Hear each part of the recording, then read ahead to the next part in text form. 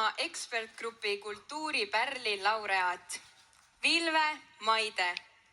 Vilve Maide on üle 20 aasta teinud Tartumaa ja Eesti koorimaastikul kogu pühendumisega mõjusat tööd, mis on viinud Tartu koorid maailmakaardile ja tugevdanud kogu Eesti, aga eriti Tartu koorikultuuri ning inspireerinud lapsi ja noori oma kultuuri panustama, hoidma ja edasi viima.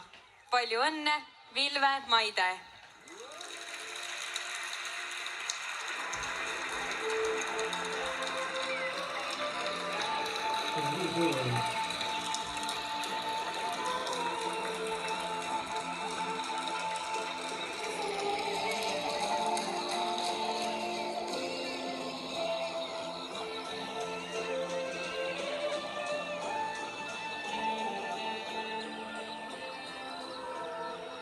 Niimoodi ei tohi teha.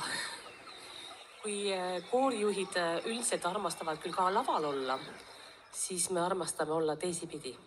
Ehk näoga lauljate poole ja seljaga publiku poole. Aga ma ei jäta kasutamata juhust.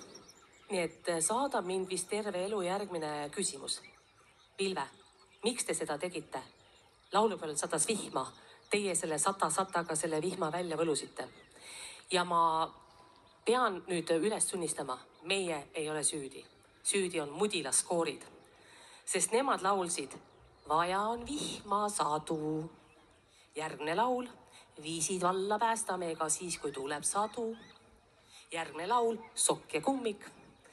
Nii et meil lastekooriga ei jäänud muud üle öelda, kui lasta siis satab, me ei pelga sinnu. Nüüd on see siis tehtud. Aga aitäh kõikidele, aitäh kõiki, kes kirjutasid ja selle tunnustuse minuni tõid. Aitäh kõikidele inimestele, kes toovad oma lapsed kultuuri juurde, tantsima, laulma, kunsti juurde. Aitäh kõikidele.